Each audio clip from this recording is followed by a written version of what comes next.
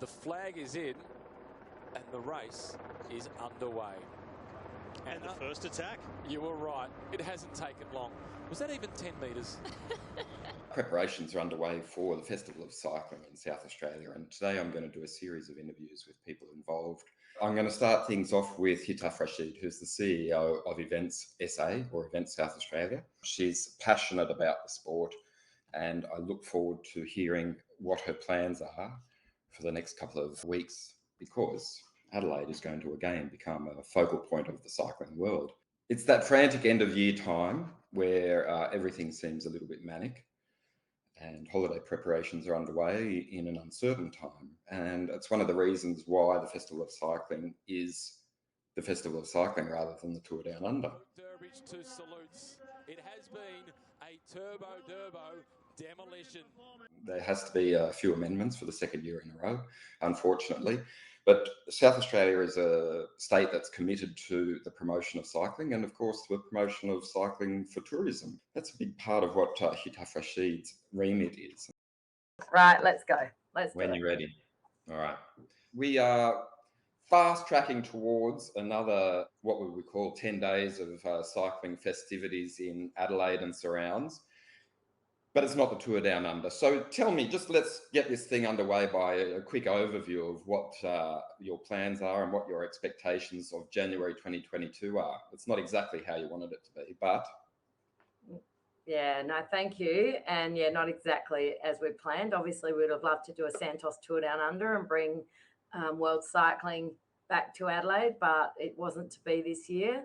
Too difficult with all of the machinations around international. So we are going, but we believe cycling lives in Adelaide in January. And for us, the thought of not having cycling in Adelaide and South Australia in January just isn't one that we're willing to contemplate. So, and we're also really committed to the sport of cycling. So we're really thrilled again to be running a Santos Festival of Cycling. It's a domestic cycling festival. Obviously, road is at the heart of it because we are ultimately, it's a presented by the Santos Tour Down Under, so road cycling's at the heart of it. But, we also have BMX, track cycling, paracycling, cyclocross, and mountain bikes. So, a whole range of cycling. We want cycling to come to South Australia, and we love to support the sport in general. So, really it's a domestic cycling festival. Of course, we do have a range of international cyclists, which we might talk about in a minute.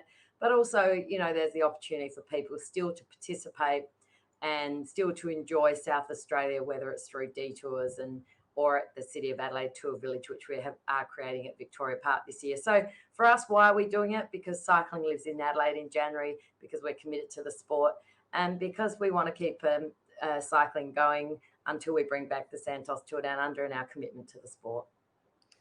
Well, you've sort of answered a few questions. A lot of people will be wondering has the pandemic killed off the idea, and has negotiations with the UCI meant that our World Tour place will be in jeopardy, blah, blah, blah. But it does feel like, all going well, things may track back to a little bit of normalcy. Do you anticipate that the Tour Down Under will sort of be able to get back into the World Tour? I think that's probably a pretty obvious question, isn't it?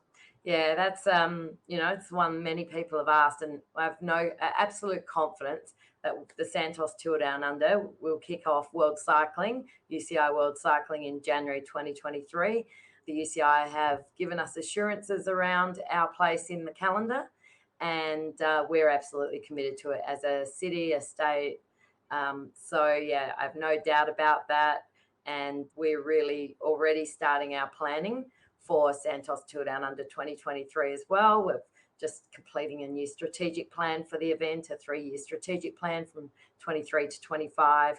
And as I say, the UCI have certainly confirmed our place at the start of the World Tour. So we're thrilled about that. And we know, talking to the teams and certainly our race directors, Stuart O'Grady and Kimberly Conti, they're speaking to the teams. They just can't wait to get back to Adelaide.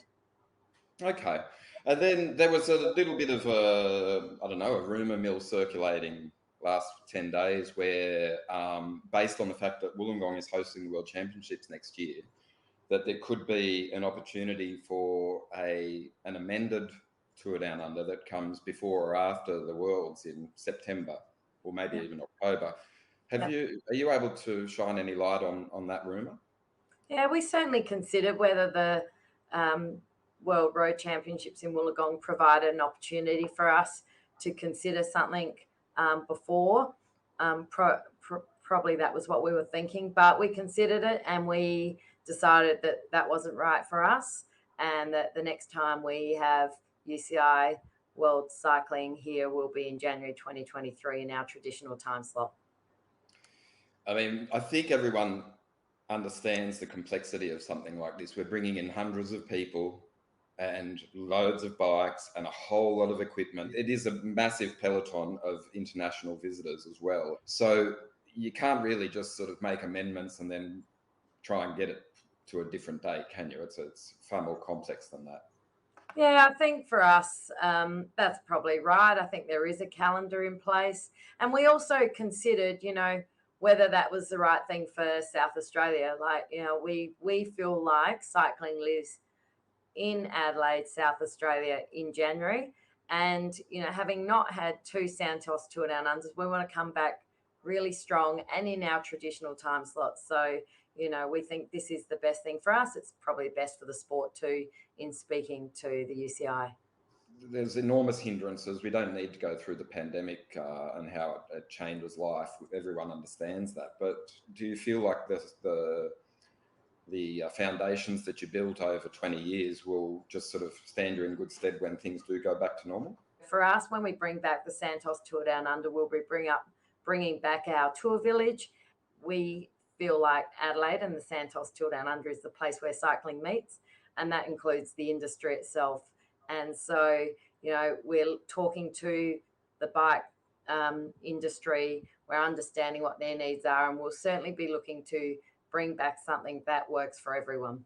The whole initiative of Tour Down Under was to try and entice people to come to visit Adelaide, obviously, and that's why you're going ahead with the Festival of Cycling in 2022. Do border restrictions and state closures and premiers battling one another does throw a spanner in the works. No one's really, I suppose, prepared to book a holiday because they don't know if it's going to go forward. So what are your expectations in January? Do you think there's going to be interstate visitors, or is it largely going to be a domestic festival? Well, by nature of the event itself, we're going to see quite a few interstate visitors because we're working with Oz Cycling. We're running national events. We're running a BMX Cup race, so the first on the national series. So, at the new Sam Willoughby BMX track. So we're proud to be opening that.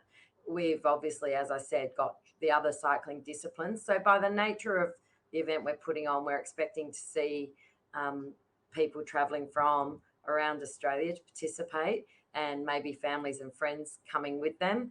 And, we're really hoping, and we're actually got a great product. So we're encouraging people to travel to South Australia.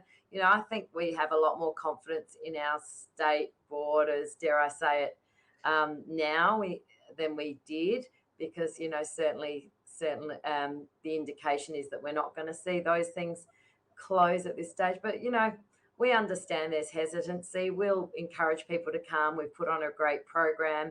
As I say, it's a great program of cycling. It's a great program if you've got families. We've got our tour village, and we've got participation events and also some touring events. So, we encourage people to come, but we also understand that people are just starting to get back into their travelling, and people do have some hesitancy. And for us, we want to put on the show. We want to draw as many people as we can to South Australia and into regional South Australia. And if they can't make it, we'll certainly be streaming it through 7plus, our broadcast partner with 7, and making sure that people can watch it online, and also, bring it to people through our social content. For us, again, there's a few reasons we're doing the Festival of Cycling. And one of it is because we're committed to the sport of cycling. And for us, it's unthinkable to think that cycling isn't happening in Adelaide South and in regional South Australia in January.